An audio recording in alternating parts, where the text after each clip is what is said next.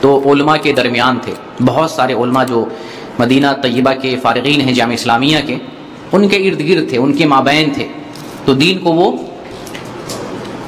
اچھے طریقے سے سمجھ رہے تھے، اور خاص طور سے ان کا میدان غیر مسلم کا میدان تھا جو ہندوستان میں انہیں مہیا ہوا۔ ہندوستان میں غیر مسلموں کی فیلڈ جو ہے بڑی وسیع ہے، تو وسیع پیمانے پر انہوں نے دعوت و تبلیغ کا کام کیا۔ جب یہ میدان چھوٹ گیا اور ملیشیا جا کے بس گئے تو غیر مسلموں کا میدان ان سے چھوٹ گیا، اب وہ ہاتھ پیر مارنے لگے مسلمانوں میں، اب وہ میدان ان کا رہا نہیں۔ تو جس بندے کا جو میدان تھا اس میں ٹھیک تھا، لیکن جب دوسرے میدان میں آ گئے جو میدان ان کا نہیں ہے تو پھر ہاتھ پیر مارنے لگے اور پھر الٹی پلٹی جیسی تیسی باتیں کرنے لگے۔ پاکستان میں آ کر ان کا چہرہ بے نقاب ہوا ہے، ٹھیک ہے غیر مسلموں کے میدان میں انہوں نے اچھا کام کیا، ہندوستان کے حد تک جو ہے ٹھیک تھے، علماء کے مابین تھے، دو وجہ تھی، علماء کے درمیان تھے، مدنی علماء جو یہاں سے فارغ ہیں سعودی عرب کے، اور دوسری بات ان کا میدان بھی غیر مسلم کا میدان تھا۔ جب آپ دیکھ رہے ہیں پاکستان میں آئے ہیں تو کیا سے کیا لم قلم، حتیٰ کہ عقیدے میں بڑی بڑی غلطیاں کر رہے ہیں، ان کو یہ تک نہیں معلوم ہے صحیح کیا ہے غلط کیا ہے،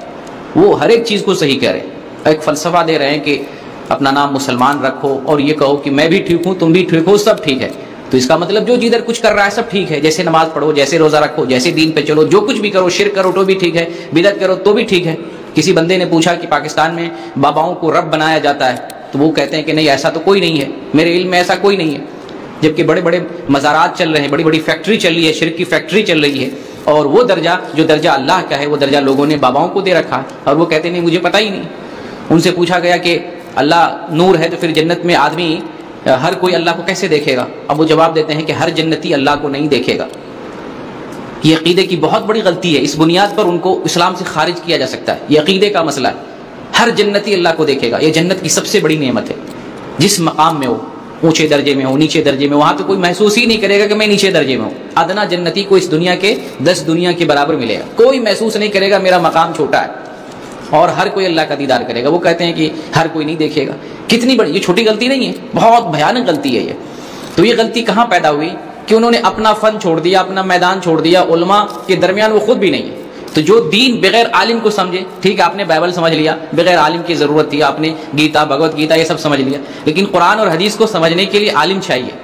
اپنے دماغ سے سمجھیں گے تو غامدی کی طرح جو ہے پیدل ہو جائیں گے، عقل سے کچھ بھی کہیں گے، کسی بھی چیز کو حلال کر لیں گے، کسی بھی چیز کو حرام ٹھہرا لیں گے، اپنی عقل کو پیمانہ بنا لیں گے۔ آج ان کا یہی معاملہ ہو گیا، عقل کو پیمانہ بنائے ہوئے ہیں اور دین کے معاملے میں بات کر رہے ہیں، جس معاملے میں بڑے بڑے ائمہ، امام مالک رحمۃ اللہ علیہ سے فتویٰ پوچھا جاتا تھا، وہ کہتے تھے مجھے نہیں معلوم ہے، جو بیٹھ کے مسجد نبی میں درس دیا کرتے تھے، حدیث پڑھاتے تھے، اور ان سے کچھ بھی پوچھا جا رہا دین کے بارے میں ہر ایک چیز کا جواب دے رہے، تو ان کو اپنے میدان میں رہتا تو ٹھیک تھا،